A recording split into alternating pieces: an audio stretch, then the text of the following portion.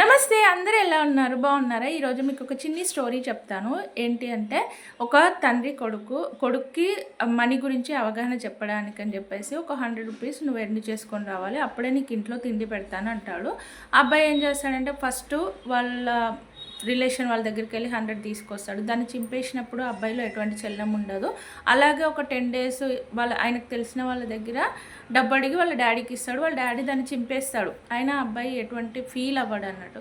ఇలా రోజు అడుగుతున్నాడు అనేసి, సరే మా డాడీ కష్టపడి నన్ను సంపాదించమంటున్నాడు కదా, ఈ ఒక్కరోజు కష్టపడదామని చెప్పేసి 11th డే అబ్బాయి ఏం చేస్తాడంటే, కష్టపడి సంపాదించి వాళ్ళ డాడీకి ఇస్తాడు. దాన్ని చింపబోతున్నప్పుడు ఆ అబ్బాయి చాలా ఫీల్ అవుతాడు, నేను ఇది చాలా కష్టపడి తెచ్చుకున్నాను అని చెప్పేసి.